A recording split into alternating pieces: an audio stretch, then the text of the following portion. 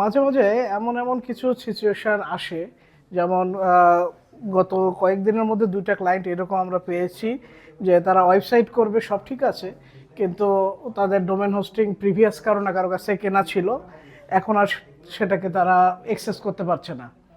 একজনের ক্ষেত্রে ঘটনা এরকম যে কারো একজনের কাছ থেকে পারচেস করেছিল, নিজের কার্ডটার ছিল না এরকম কিছু, তো তাকে আর কোনোভাবে ট্রেস করতে পারছে না, এই কারণে সে আর ডোমেনের অ্যাক্সেসটা পাচ্ছে না। আর অন্যজনের ক্ষেত্রে অবস্থা যে আগে একবার ওয়েবসাইট করাইছিল, তাদের সাথে হোপফুলি আর সম্পর্ক আর ঠিক নাই, এই কারণে তার কাছ থেকে আসলে অ্যাক্সেসগুলো পাচ্ছে না। তো আজকে আমি আলোচনা করব যে এই জিনিসগুলো কিভাবে আপনি সিকিউরভাবে রাখতে পারেন এবং ইন ফিউচারে যেন কোনো প্রবলেম ক্রিয়েট না হয়।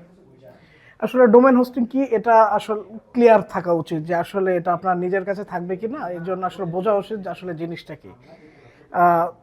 ডোমেন জিনিসটা হচ্ছে কি আপনার ট্রেড লাইসেন্সের মতো, যে আপনি যখন একটা ট্রেড লাইসেন্স করতেছেন আপনার বিজনেসের জন্য, তখন আপনার কি প্রয়োজন হচ্ছে, যে কোনো একটা সিটি কর্পোরেশন বা ইউনিয়নের মধ্যে আপনার একটা নাম নিতে হচ্ছে, যেমন অমুক ট্রেডার্স তমুক ট্রেডার্স এরকম। অনলাইনে যখন আসতেছেন xyz.com বা .com.bd বা এরকম যে এই এক্সটেনশনগুলো আছে এরকম হতে পারে। তো এই এক্সটেনশনগুলো যখন নিতে হয়, এটা খুব স্বাভাবিকভাবে ট্রেড লাইসেন্স এরকম বছর বছর রিনিউ করতে হয়, একই রকমভাবে এই নামগুলো আসলে রিনিউ করতে হয়। আর আপনি যে ট্রেড লাইসেন্সটা করছেন, এটা তো একটা নির্দিষ্ট একটা দোকান বা নির্দিষ্ট একটা প্রতিষ্ঠান, যার একটা জায়গা আছে, লোকেশন আছে, ঠিকানা দিয়ে করছেন, যেখানে আপনার হয়তো দোকানে জিনিসপত্র আছে বা এমপ্লয়িরা আছে, টেবিল চেয়ার আছে, এরকম একটা জায়গা।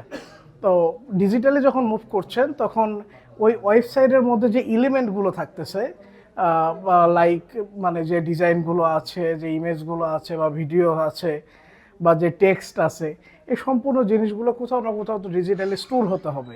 এই স্টোর হওয়ার জন্য যে সার্ভার, যে জায়গাটার কথা বলছি, সেটাকে আমরা ওয়েবসাইটের ক্ষেত্রে বলি আসলে মেইনলি হোস্টিং।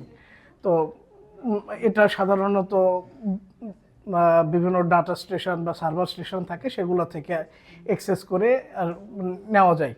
এটা ডিপেন্ড করে যে বিভিন্ন কোম্পানি আছে যারা এই যে ডোমেন এবং হোস্টিং এগুলো বিক্রি করে, এই প্রত্যেকটা জিনিসই আসলে আপনার ইয়ারলি রিনিউ করতে হয়। এখন অনেকে আমাদের ভুল সিদ্ধান্ত নেয় যে এটা কিনতে মনে হয় এই ডুয়েল কারেন্সি কার্ডটাই লাগবে। এটা আসলে একটা ভুল মানে জানা। আর বর্তমানে বাংলাদেশে অনেক ভালো ভালো প্রতিষ্ঠান আছে যারা এই ডোমেন হোস্টিং দুটা জিনিসই বিক্রি করে, যেখানে বিকাশের মাধ্যমে পেমেন্ট করা যায়। আর যাদের ডুয়েল কারেন্সি আছে, তারা চাইলে বাইরে যে কোনো প্রতিষ্ঠান থেকে পারচেস করতে পারে। এখন এটা নিজের কাছে রাখবেন না যে প্রতিষ্ঠান থেকে বা যার কাছ থেকে কাজ করাচ্ছেন তার কাছে রাখবেন, এই প্রশ্নের উত্তরে যদি আসেন, তাহলে এক্সেসটা নিজের কাছে রাখাটা সবসময়ের জন্য শ্রেয়।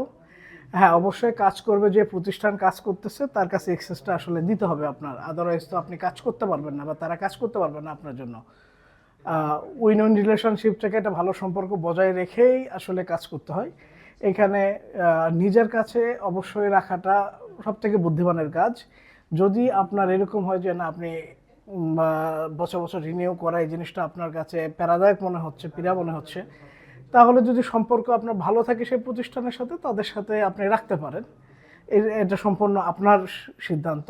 তবে নিজের জিনিসটা নিজের কাছে রাখাটাই শ্রেয়, যেন বছর বছরের রিনিউ থেকে শুরু করে সব কিছু আপনি আপনার কাছে রাখতে পারেন, অন্য কারোর উপর ডিপেন্ডেন্সে থাকলো না। কারণ হোস্টিং যার কাছে আছে, ওয়েবসাইটের পুরো জিনিসপত্র তার কাছে আছে। আর নাম যার কাছে আছে, এই নামটা যদি বছর শেষে রিনিউ না হয়, অন্য কেউ কিন্তু 1 বছর পরে চাইলে পারচেস করতে পারবে, আপনি যদি নির্দিষ্ট সময়ের মধ্যে রিনিউ না করেন। সো এটা ভেরি ইম্পর্ট্যান্ট যে আপনার নিজের কাছে এই জিনিসগুলো রাখা। আমরা অনেক সময় এই ধরনের কেসগুলো পাই, তো এটা প্যাথেটিক, খুবই প্যাথেটিক। তো বিজনেস করার জন্য এই ডিসিশনটা অ্যাটলিস্ট আপনার নিজের জন্য মানে নিজের কাছেই রাখতে হবে।